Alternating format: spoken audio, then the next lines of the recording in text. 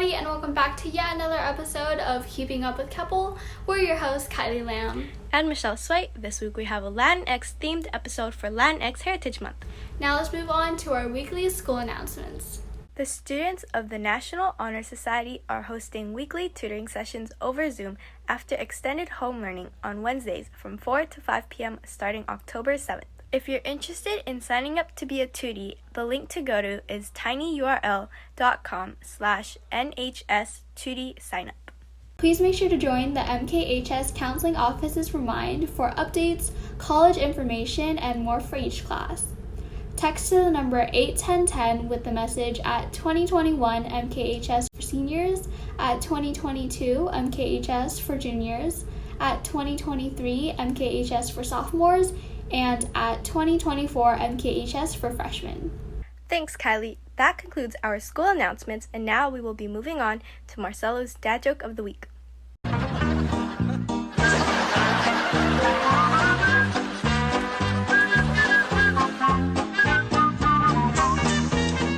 Welcome back to Marcelo's Dad Jokes.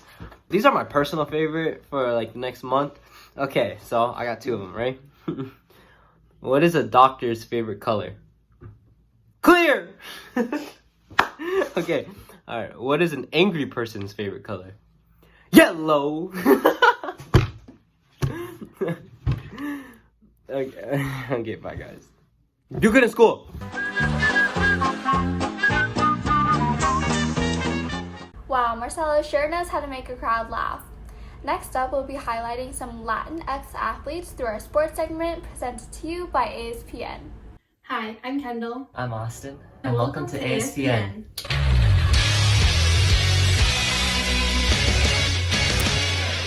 Since it's Latinx Heritage Month, this week we're going to be highlighting the best athletes from different sports.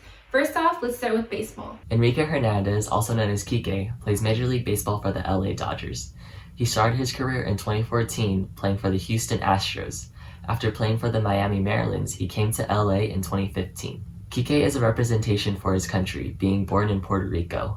You guys might also recognize him as the Dodger who always has tar on his helmet. Now let's take a look at the MMA. After being introduced to judo by her older sister, Brazilian MMA fighter Amanda Nunes began her career in 2008. She quickly rose to fame with 20 wins and only 4 losses. After winning the fight against Miesha Tate in 2016, Nunes not only became UFC's first female Brazilian champion, but also the first openly lesbian champion. Now, time for some soccer. Lionel Messi, arguably the GOAT of soccer, was born in Argentina. He is currently playing for both La Liga Club Barcelona and the Argentina national team. Some history about him is that in 2008, he won the Olympics with his national team. Throughout his career, Messi also was the runner-up for the FIFA World Cup in 2014 and the Copa America in 2015 and 2016. Personally, Messi has won a few awards too, this being the Ballon d'Or and the European Golden Shoes. Those are just a few of the Latinx athletes. Have a great Latinx Heritage Month. See you next time on ASPN. Thanks, Kendall and Austin. Coming up next is a Latinx learning session with Mrs. Alexander.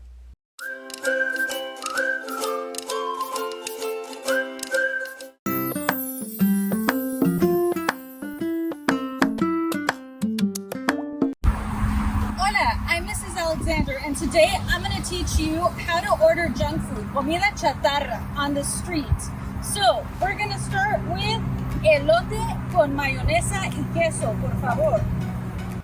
Elote con mayonesa, queso y chile. Elote con limón, sal y chile. Una mangoneada.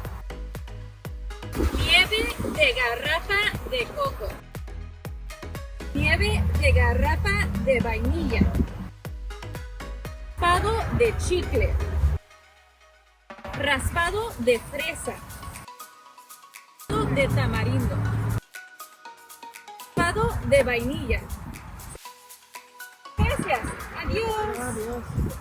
And this has been ordering junk food on the street in Español. Adiós.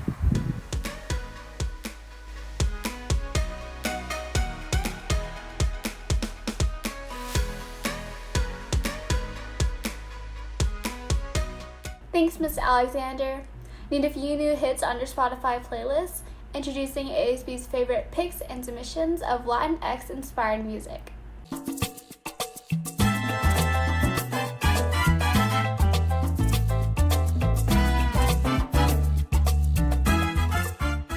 Hey guys, we'd like to share some Latinx music with you guys. Our first country is Argentina. Here are 2 songs that I typically dance to.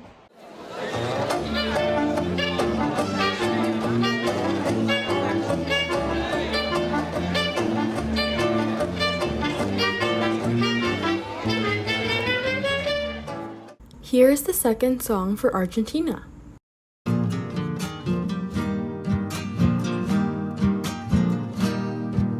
Por un caminito y piedra, el burrito cordobés, la siesta parece darle una paz que huele a miel. Our next country is Cuba.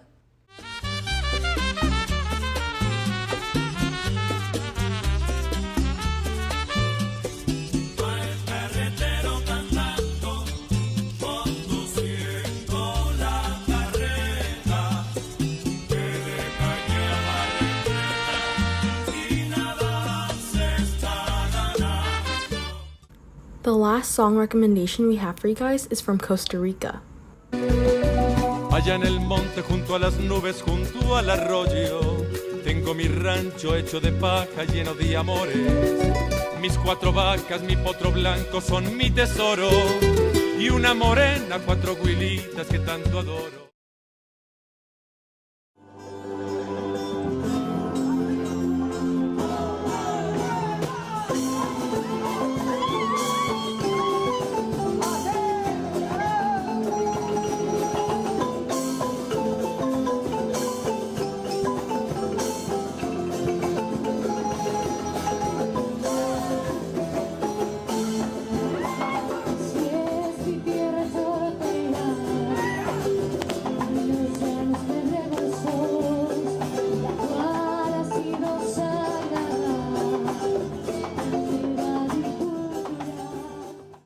Thank you for listening. I hope you guys enjoyed and found some new songs to add to your playlist. Calling an emergency meeting right now because next up we have our Humans of Keppel segment. Welcome back to another segment of Humans of Keppel. We have a very special guest joining us today, City Council Member of Alhambra, Adele Andrade Stadler. Thank you so much for joining us today, Councilwoman. We're so excited to have you here today. Can you please tell us a little bit about yourself?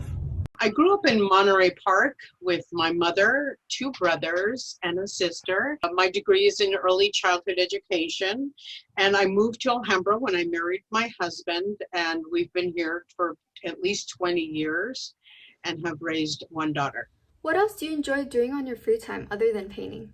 I love reading poetry, and I'm usually a traditionalist when it comes to reading poetry. So like the Emily Dickinson or some of the Mexican poets like Pablo Neruda, folks that are really, really passionate about their poetry and their writing. But one of the things I've really gotten into reading lately that is related to Latinos is I've found that young people are into creating zines. Those are just handmade, usually using a photocopier of stories and poetry and all of that. And I've learned to just appreciate that because number one, it's more contemporary and it's voices and stories that are a little bit more familiar with me. So I've enjoyed reading a lot of the zines, and they're really super simple. And it's just a matter of you writing whatever you're feeling. And I think especially right now, that's critical for all of us, for our mental health, to talk about how you're feeling, but also where you come from. As you may know, it is currently Latinx Heritage Month. This is the second year you've come to Keppel to celebrate with us. Can you tell the viewers how you typically choose to celebrate Latinx Heritage Month and what they can do to celebrate as well? So, in pre-COVID, I always attended the city's celebration of Latino heritage. Now it's Latinx.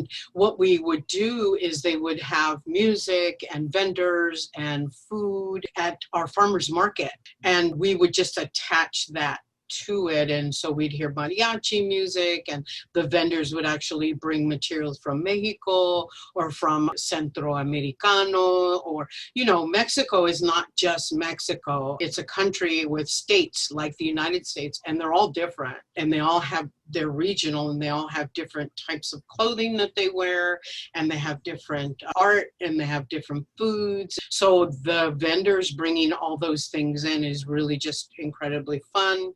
In addition to that, I belong to a group called the Alhambra Latinos Association.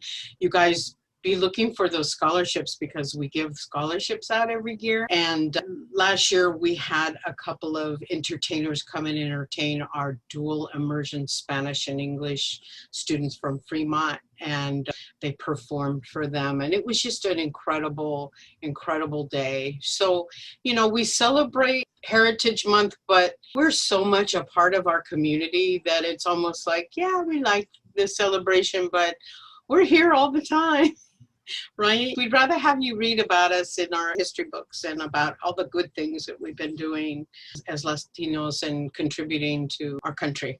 What does Latinx Heritage Month mean to you? For me, is about my family and my family's migration to California. And it's so funny that you say that. My grandmother's name was Ramona, and I named my daughter Ramona. And this is just something I carry around. This was her when she was 14, and she actually came over, crossing with her mom over to Mexico, from Mexico, and settled and had 15 children. And one of them was my mother.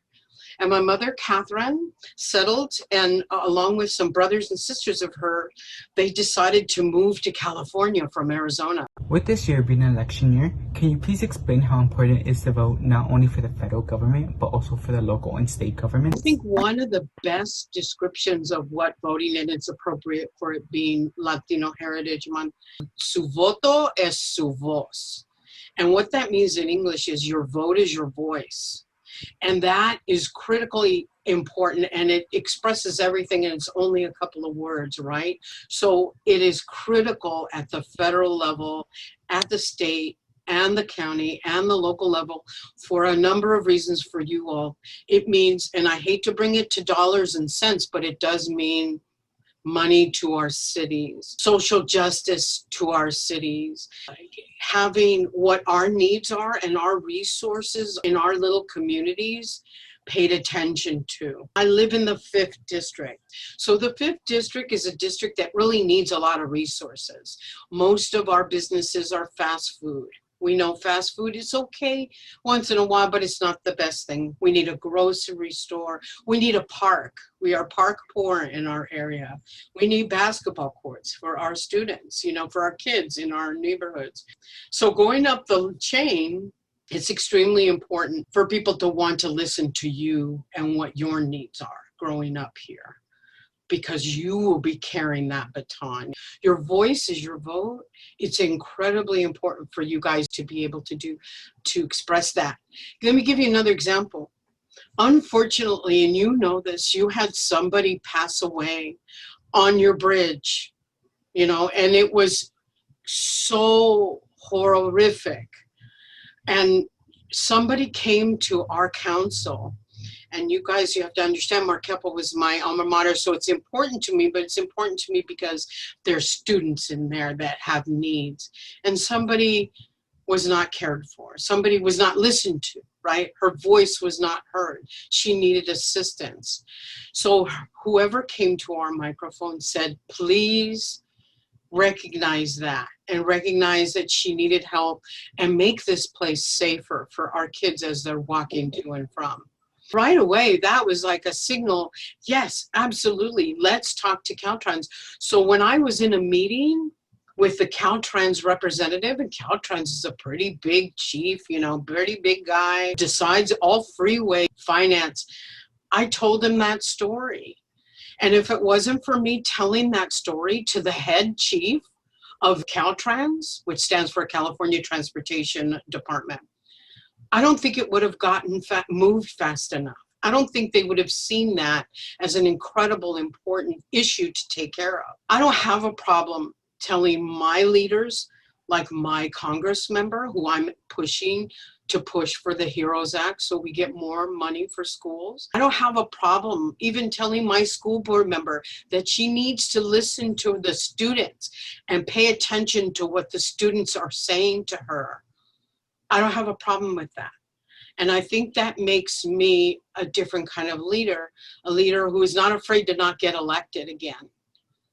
Because sometimes when you open your mouth, there's repercussions from that. But when you hold to your values and you know in your heart that you're speaking for the people, then you have to do that, regardless of whether you win your next election or not. You have to be true to who you are, and you have to be true to your values. And you all are the most valuable asset that our city has. But we have to have that relationship with you all to make sure that your parents are doing okay. And if they're lost their job and they need some extra food, and if they need to apply for CalFresh, we need to make sure that they're okay so that they can give you what you need to move forward. Finally, do you have any last words for the students of Keppel? You know, this is such a hard time, and we adults wig out too. We adults cry in the closet, and we have anxiety because we have kids and because we want to do what's right for you guys. And we have to go about our daily lives trying to make it as normal as possible for you. And it's very hard to do that. And it's got to be 3 times harder for you all because we've been beaten up a couple times, and so we've got thicker skin than you all. And so what I would want to say to you is that it was 1819 that we had a pandemic. Keep a journal or a diary or whatever you want to call it, and you don't have to do it every day. You don't have to write in it every day, but when you feel anxiety, and that's that rushing feeling of hopelessness, and you don't have anybody nearby you to express it, write, paint, walk, do something physical for yourself. Ask your teachers for help. I know some of them are ready to get you the help you need. They too are dealing with quite a bit of change in their lives. They're used to patting you guys on the back, and they're used to, you know, doing things in a very different way for you guys. And now they have to do it through the computer, and so it's very hard for them as well. But if you're feeling down, talk to somebody, no matter who it is. If it wasn't for teachers at Keppel in my day, you know, I wouldn't be where I'm at.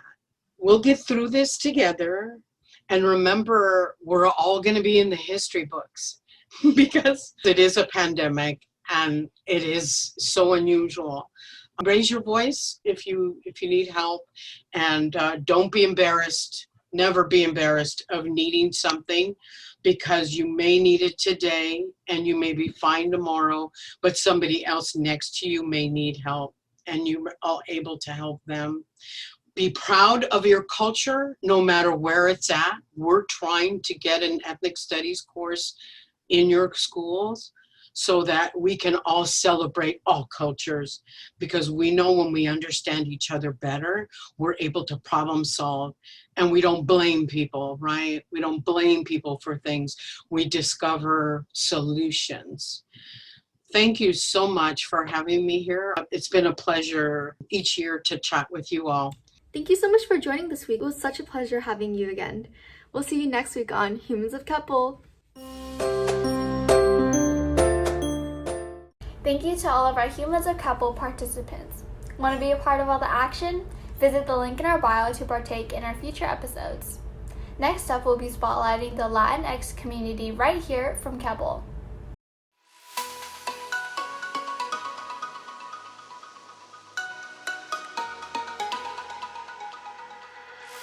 It means a lot of things to me, and one of the first things that comes to mind is family. But more than that, right now, in our current political climate, as a female of Mexican descent, I feel like I have the opportunity and responsibility to help others in their quest for equality and justice. Members of my family and I have experienced prejudice. Some have been discriminated against, some have been racially profiled.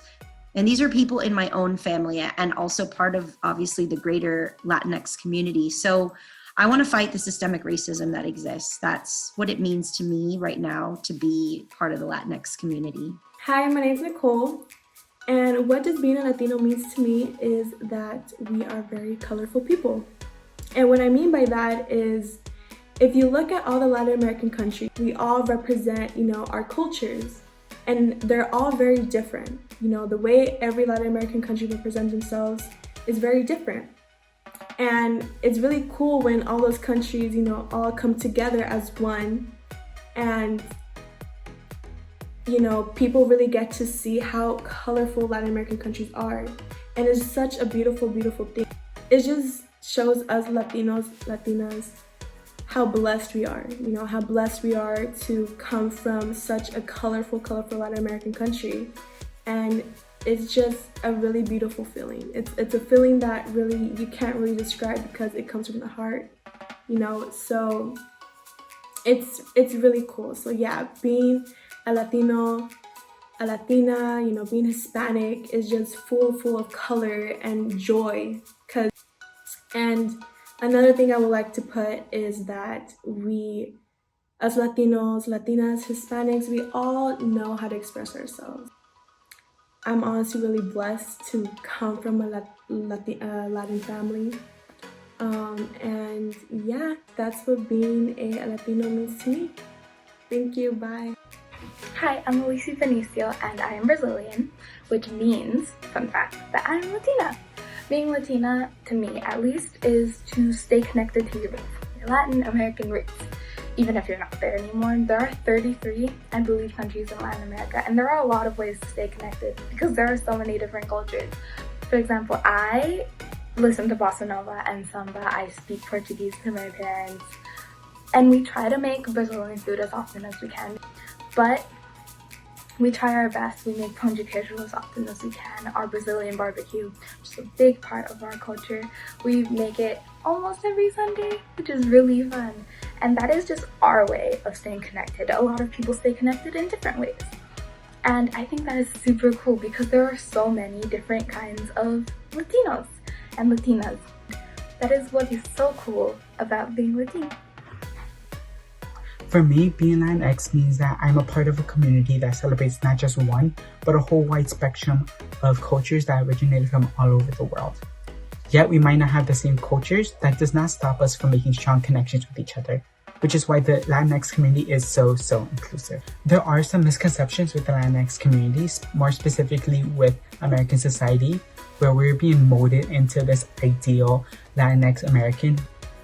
Throughout time, I've learned and grown so much that I understood that there is no ideal Latinx American, and that it is my responsibility to decide how I fit in the Latinx community. And that is why I am proud of where I came from and who I am. Hey everyone, I'm Azatilano. I'm currently a junior. I am Hispanic, specifically from Jalisco, Mexico. So with that being said, I'm very proud of who I am, of representing my beautiful people and culture. We are all very hardworking people. We are loving and we are very passionate about everything we do. Being Hispanic makes me want to try harder with everything I do for myself, my family, and my people. Just pushing past all those typical stereotypes and to prove that sí se puede. Thank you. A huge thank you goes out to your fellow peers for joining us on that segment. Now, let's play a game of Guess That Latin Dish.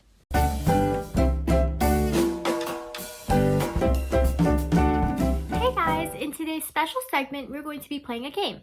And this game is called Guess That Latinx Dish. We're going to be showing you guys a series of pictures of different kinds of foods from all around different Latinx countries. And it is your job to guess which country it's from. So let's get started. So this is the first dish. And if you're stuck, here's a hint that can help you. The country that this dish originates from is the second largest exporters of bananas.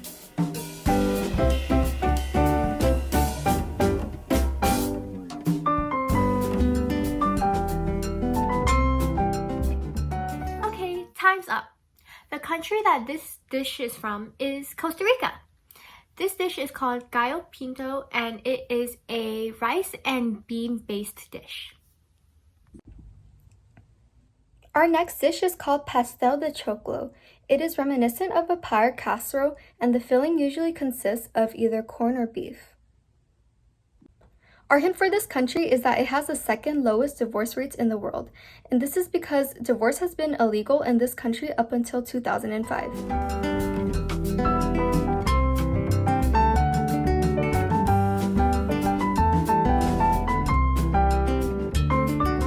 Time's up, and this dish is from Chile. The next dish is called picanha.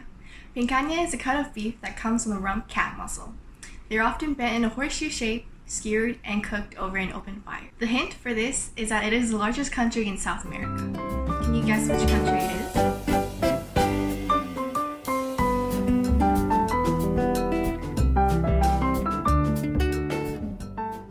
And the country is Brazil. And the next dish is called bandeja paisa. In this dish, it is usually a platter that normally has steak or ground beef, a crunchy chicharron, a chorizo sausage, and served with rice and red beans, a fried egg, plantain, arepa, and fresh avocado.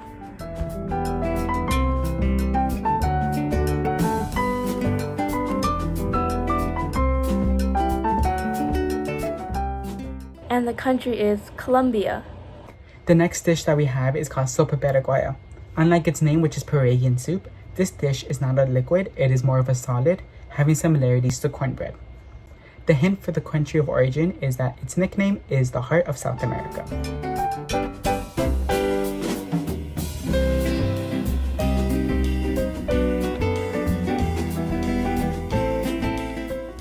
And the country is Paraguay. So did you get them all right? That's all the time we have for today's segment, and we hope you guys have a great rest of your week. Wow, those dishes look amazing.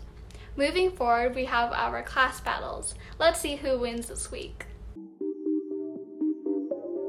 Hi guys, welcome back to another episode of Class Battles. Today we will be testing our grades' knowledge on Latin trivia questions. Let's get started. Our first question is, how many Latin countries are there?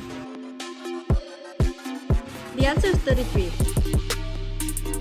Which of the following is the smallest of the Central American countries and is the only one without an Atlantic coastline? El Salvador. What is the name of the highest commercially navigable body of water in the world? The answer is Lake Titicaca. Which country is the largest Spanish-speaking country of South America? Colombia. The Galapagos Islands belong to which country? Ecuador. What is the most populated Latin country? Brazil. What was the first Latin American country to gain independence? Haiti. Wow, that's some tough competition. Now let's have a look at our final score. Congratulations to the senior class for winning.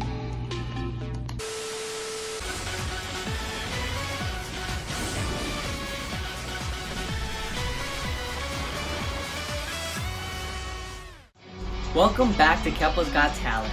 Last week we saw some really talented acts by 6 performers, and you guys got to choose your favorite.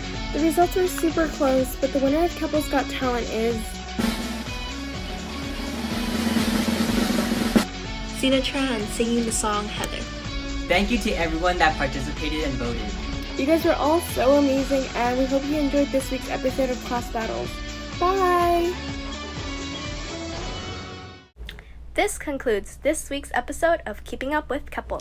Thank you all for actively listening and participating in our episodes, whether it be for Humans of Keppel or simply just suggesting what you guys would like to see in our future episodes. We're your hosts, Michelle Sway and Kylie Lamb. We'll see you guys next time on Keeping Up with Keppel. Bye!